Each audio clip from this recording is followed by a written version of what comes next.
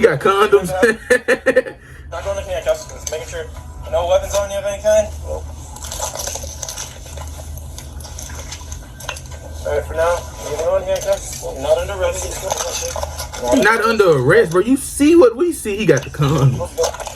He was trying to go crazy. I'll put you on your ass.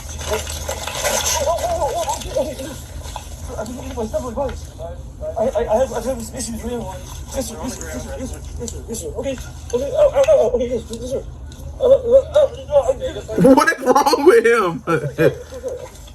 Remember when I said when you're not gonna fight, and I told you to put your hands behind your back?